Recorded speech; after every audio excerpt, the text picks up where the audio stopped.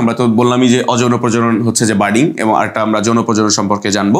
তার মাঝখানে হাইড্রাদের কিন্তু অ্যাক্সিডেন্টাল বা দৈবাত বা বইয়ে এরকম বাংলা শব্দ দেওয়া আছে যে যেটা আসলে হাইড্রার বিভাজন এরকম বলা আছে যে হচ্ছে যে হাইড্রার বিভাজন কিন্তু এটাই কিন্তু আসলে পুনরুৎপত্তি। এটা আলাদা আর একটা টপিকও দেওয়া আছে, একই জিনিস আসলে একসাথে আমরা এরকম আলোচনা করতে পারি। তো পুনরুৎপত্তি বা বিভাজন এই ক্ষেত্রে দেখো, এটা তো আসলে আব্রাহাম টেমলে সেই 1744 সালে উনি প্রথম এটা খুব ভালো ব্যাখ্যা দিছিল। উনি আসলে হাইড্রার এই জন্য অ্যাকচুয়ালি হাইড্রা সম্পর্কে ডিটেলস আসলে সবাইকে পৃথিবীকে জানাইছিল। তো এই জন্য হাইড্রার আবিষ্কারকও তাকে আসলে ধরা হয়।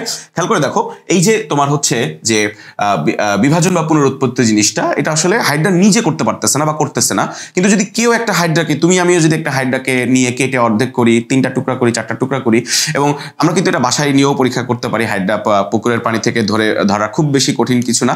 তো হচ্ছে যে আমরা এরকম তোমাদের ভিডিও করে দেখাবো আর কি, যে হাইড্রা কিভাবে তোমার হচ্ছে যে ধরা যায় বা দেখা যায়। তো আমরা যদি কেটে বা কেউ যদি কেটে এরকম হাইড্রাকে 3টা টুকরা করে, 3টা টুকরা থেকে কিন্তু আবার তোমার হচ্ছে যে 3টা আলাদা হাইড্রা তৈরি হয়ে যাওয়া সম্ভব। এবং হচ্ছে যে এখানে তোমাদের বইয়ে যেটা দেওয়া আছে যে বিভাজন বা এরকম পুনরুৎপত্তি 2 রকম দেওয়া আছে। একটা হচ্ছে অনুদৈর্ঘ্য, আর একটা হচ্ছে অনুপ্রস্থ,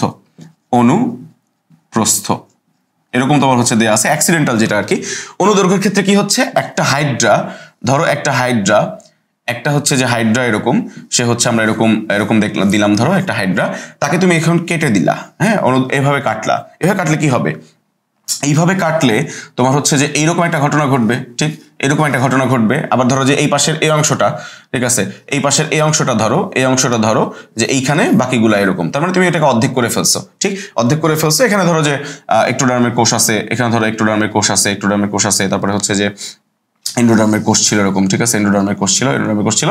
এখানে ধরো যে একটোডার্মের কোষ ছিল এরকম, একটোডার্ম এরকম, একটোডার্মের কোষ ছিল এরকম, ধরো যে এন্ডোডার্মের কোষ ছিল এরকম। যেটা হয় যে এইখানে থেকে যাওয়া, এখানে অসংখ্য ইন্টারস্টিশিয়াল কোষ আছে, এখানেও অসংখ্য ইন্টারস্টিশিয়াল কোষ আছে। তোমার হচ্ছে যে অনুদৈর্ঘ্যের ক্ষেত্রে কি হবে, তাহলে এইখানকার ইন্টারস্টিশিয়াল কোষগুলা এই বাকি যে অর্ধেক আছে সেই অর্ধেক অংশটাকে তৈরি করে ফেলবে, আগের মতো করে তৈরি করে ফেলবে। এই বাকি অর্ধেক অংশটাকে তোমার হচ্ছে তৈরি করে ফেলবে। এইখানে তোমার হচ্ছে যে একটোডার্ম তৈরি করবে, একইভাবে এন্ডোডার্ম তৈরি করবে, কারণ ইন্টারস্টিশিয়াল কোষ তো এগুলো তৈরি করতে পারে।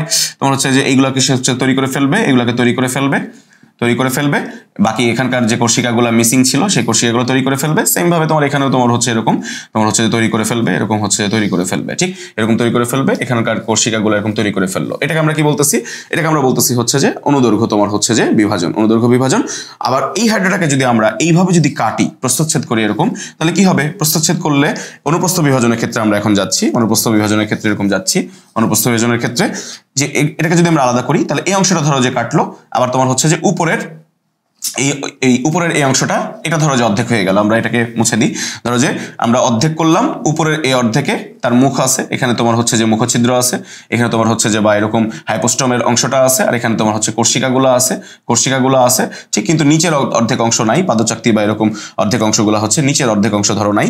এবং হচ্ছে যে নিচের আরেকটা অংশটা হচ্ছে যে যেখানে শুধুমাত্র তোমার হচ্ছে যে শুধুমাত্র অর্ধেকটা দেহ, এবং হচ্ছে যেখানে পাদচাকতি এরকম স্ফীত পাদচাকতি তোমার হচ্ছে বা সলিড পাদচাকতি এখানে আছে।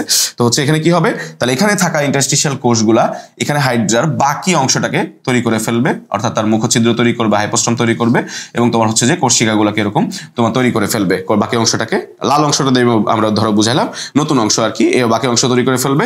আর উপরের ক্ষেত্রে তোমার হচ্ছে যেরকম ছিল, উপরের ক্ষেত্রে তোমার হচ্ছে এরকম ছিল, উপরের ক্ষেত্রে এরকম ছিল।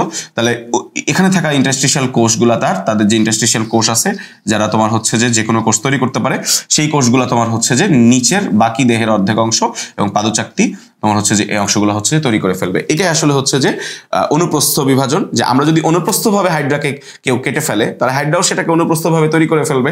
আর হাইড্রাকে যদি কেউ অনুদৈর্ঘ্যভাবে কেটে ফেলে বা আলাদা করে ফেলে, তোমার হচ্ছে যে তাহলে হাইড্রা তার বাকি অর্ধেক অংশ তোমার হচ্ছে অনুদৈর্ঘ্যভাবে সে হচ্ছে তৈরি করে ফেলবে। অ্যাক্সিডেন্টাল, স্বাভাবিক না, কিন্তু এটাও কিন্তু কি করা হলো, তোমার হচ্ছে যে হাইড্রাকে আমরা আসলে নতুন করে বা পুনরুৎপত্তি করতে হচ্ছে যে আসলে বাধ্য করলাম, হাইড্রাকে আসলে পুনরুৎপত্তি করতে হচ্ছে যে বাধ্য করলাম। হাইড্রা নিজে তোমার হচ্ছে যে এরকম করতে চাচ্ছে না, কিন্তু তুমি আমিও চাইলে এরকম একটা অনেকটা উদ্ভিদের কৃত্রিম প্রজননের মতো। খেয়াল করে দেখা একটা উদাহরণ দিই, আম গাছ নর্মালি হচ্ছে উন্নত উদ্ভিদ, সবচেয়ে উন্নত উদ্ভিদের একটা।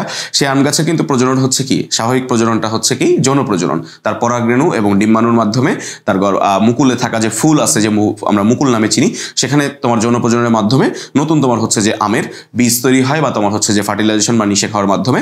এই আম গাছ কিন্তু নর্মালি অযৌন প্রজনন করে না, কিন্তু তুমি আমি চাইলে কিন্তু আম গাছকে অযৌন প্রজনন করাইতে পারি। সেই আম গাছের টিস্যু নিয়ে, ভাজক টিস্যু নিয়ে কালচার করে, কিংবা একটা ডাল কেটে নিয়ে আমরা যদি কলম করি, বা তোমার হচ্ছে টবে কলম করি, এরকম সেখান থেকে আম গাছ গজানো সম্ভব। অর্থাৎ সে আম গাছের কি হলো, সে আম গাছও কিন্তু তোমার হচ্ছে এরকম পুনরুৎপত্তি বা হচ্ছে যে এরকম হচ্ছে বিভাজন হইলো, এরকম একটা ঘটনা। হাইড্রাও নিজে এরকম করে না, কিন্তু কোনোভাবে যদি সে কাটা পড়ে, তাহলে কাটা অংশগুলো থেকে নতুন করে বাকি অংশগুলো তৈরি করার মাধ্যমে সে কিন্তু আসলে এক ধরনের পুনরুৎপত্তি বা এক ধরনের প্রজনন করলো, যেটা আম গাছের ক্ষেত্রে বা গাছেদের ক্ষেত্রেও এই ইন্টারস্টিশিয়াল টিস্যু এবং ভাজক টিস্যু কথা আমরা আগে বলছি, এই দুইটারই কি আছে, টটিপটেন্সি ক্ষমতা আছে। এই টটিপটেন্সি ক্ষমতার কারণে সে আসলে এটা করতে পারে।